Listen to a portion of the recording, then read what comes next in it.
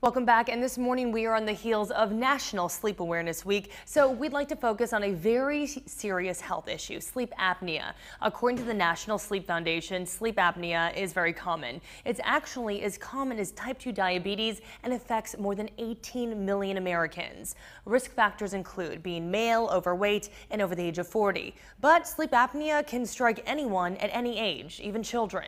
But the vast majority of sleep apnea patients remain undiagnosed and untreated. In fact, a recent study estimated that 93% of women and 82% of men with moderate to severe obstructive sleep apnea remain undiagnosed. Frightening stats, since it's a serious disorder that can have significant consequences. So join us this morning to talk about all of this is Dr. Akash Anand with GNO Snoring Sinus. Thanks so much for coming in and talking to us. Thanks for having me, Jen. Okay, so I don't know a thing about sleep apnea. So fill me in, what is it? So sleep apnea, obstructive sleep apnea, is by definition multi-level anatomic airway collapse. Okay. When we fall asleep, some patients, for instance, their airway blocks on itself. And as a result of that, they can't get oxygen into their lungs, and that, by definition, is sleep apnea. Okay, so what causes this? Is it genetic? Is it because someone's overweight? There's lots of reasons, so a lot of those things can factor in, but unfortunately, weight has a direct correlation with increased incidence of sleep apnea. Okay. But with that being said, there are a lot of patients that we see that have no problem with weight, and they may have large tonsils, polyps in the nose. So there's a true anatomic obstruction that they have that can be corrected, and that can contribute to sleep apnea as well. Okay, so if you have sleep apnea, are you aware of it? I mean, do you wake up and you are short of breath? I mean, how would you know about it? There's subtle findings. So some people say, hey, I just wake up at night choking, gasping for air. Most consistently, a loved one will say he or she is snoring all night, or they stop breathing. The most common finding that we notice in the patient that suffers from it is they feel tired during the morning. They'll wake up and say, Doc, when I wake up after 6-7 hours of sleep, I'm exhausted.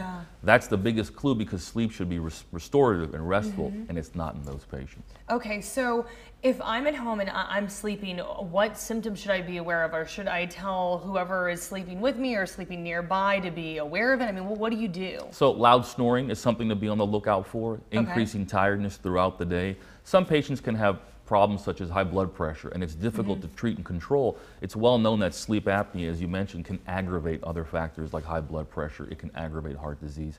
So just an overall feeling of tiredness, fatigue, loud snoring, these are some of the symptoms you want to be aware of or tell your loved one to be aware of, and then you can seek further assessment. Okay, so once you've kind of established that you might have sleep apnea, you go to a doctor.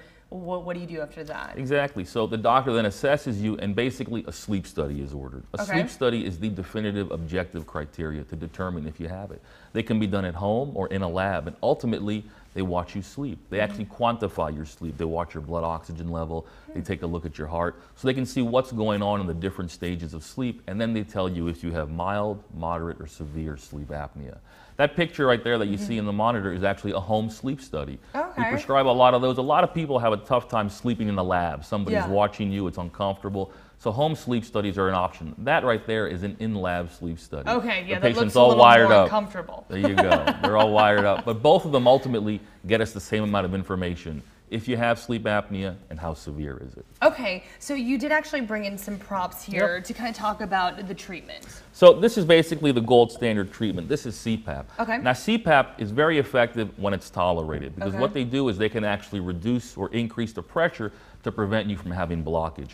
The problem is 40 to 70% of patients just can't tolerate CPAP for a number of reasons. Yeah, it looks a little restraining, a little uncomfortable. It can be, and what we notice consistently, and I'm glad you touched on that, is the discomfort. A lot of patients will come in and their pressure is high, 16, 18. Those are very high pressures to blow through someone's nose and mouth.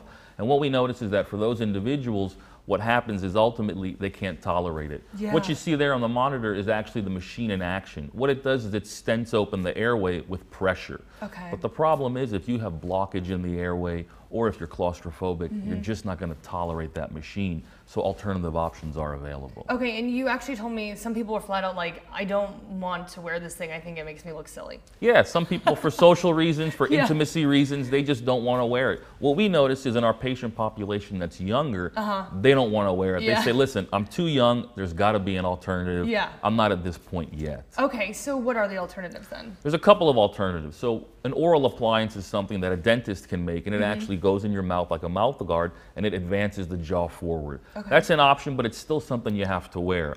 What we do in our practice is there's surgical approaches, there's procedural approaches.